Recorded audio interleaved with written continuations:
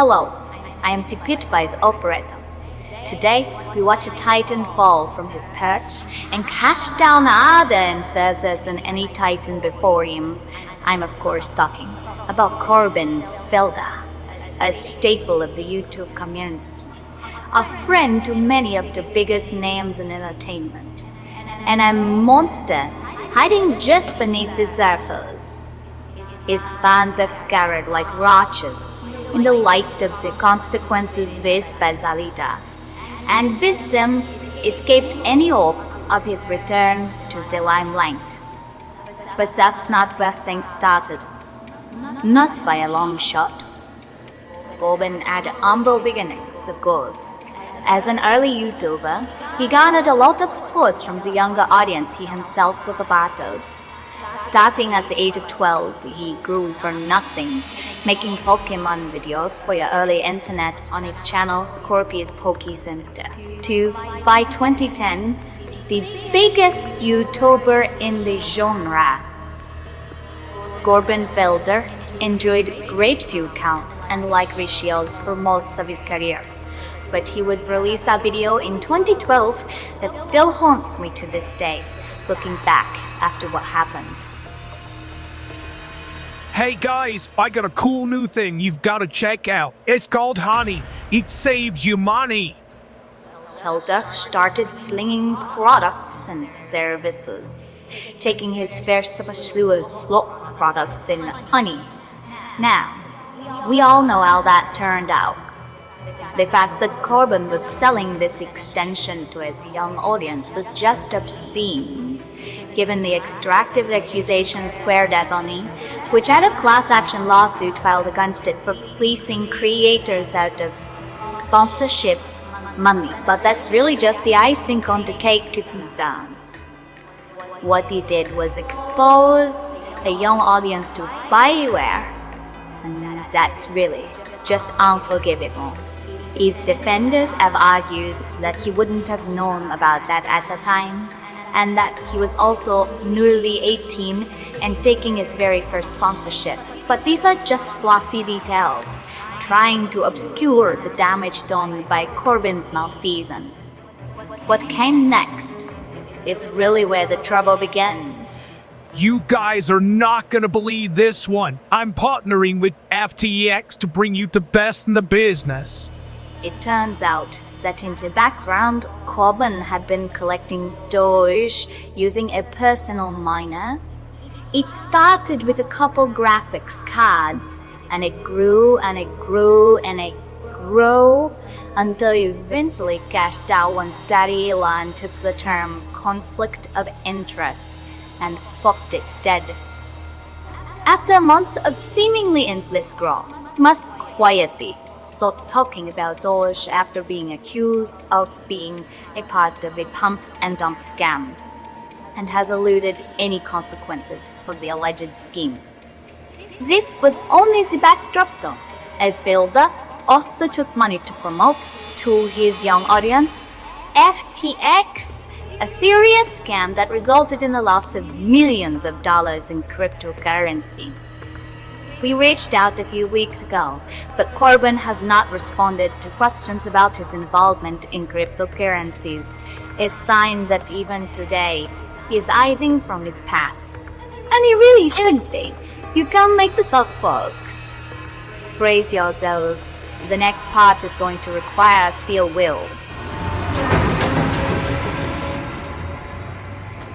After the crash album of Better Help's horrific scandal, it came out that Felder took thousands of dollars from Better Help to promote them to his young audience. We have pages and pages and pages of details about the abuse that went on inside Better Help with regards to its outreach program and misleading marketing plan, to be sure. It turns out, selling psychiatric services to kids, adolescents, and young adults was just an easy racket where qualified therapist and guy with a computer became completely obfuscated by design. Without getting into too much detail, the travesty that was his service will fall on the shoulders of Felder, and that is when he released his first apology. Hey guys, we need to talk about some heinous stuff one of my sponsors has apparently been doing behind the scenes. Corbin took to his YouTube channel to give an apology for his taking of a sponsorship from such an obvious bad idea of a company.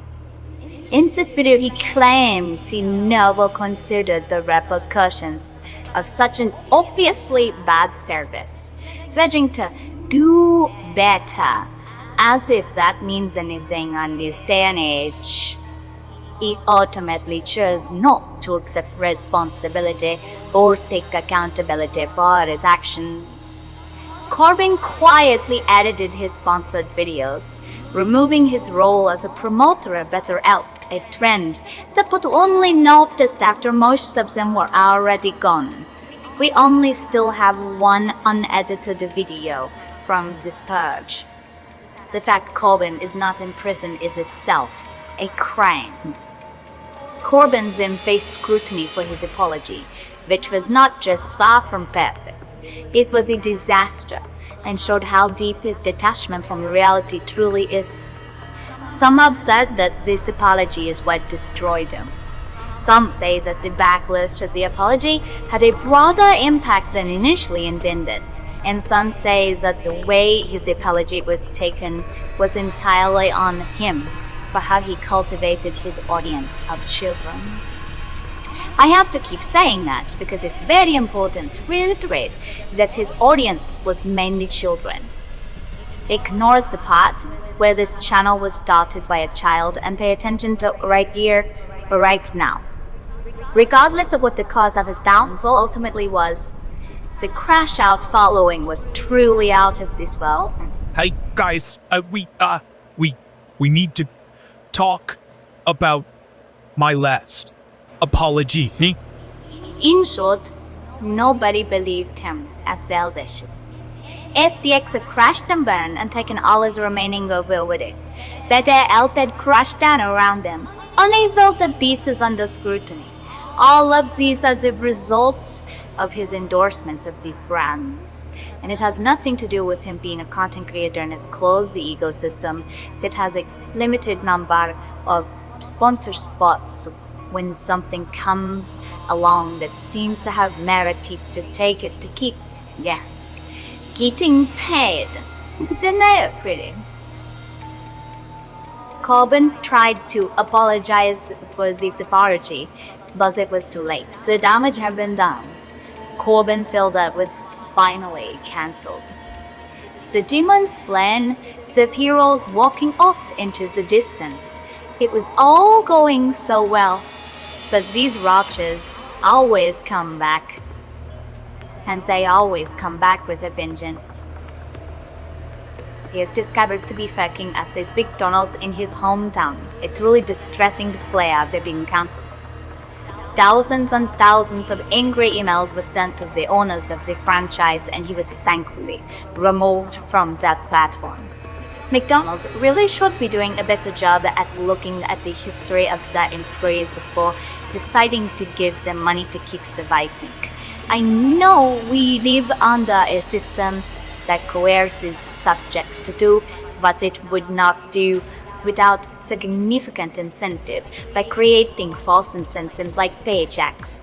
But the fact that such a big company would ignore the crimes of Hilda, deny him anyway, is just a symptom of our disease system. If it ended, Jeff, it would be so much cleaner. But what happened next destroyed my expectations. It's been a while, and I have had some time to reflect on my past. Felda went into full damage control mode, claiming he wasn't aware of the damage he was doing by promoting these harmful products and services, claiming none of the allegations that have been made against him have any merit, and completely destroying any sense of accountability in the process.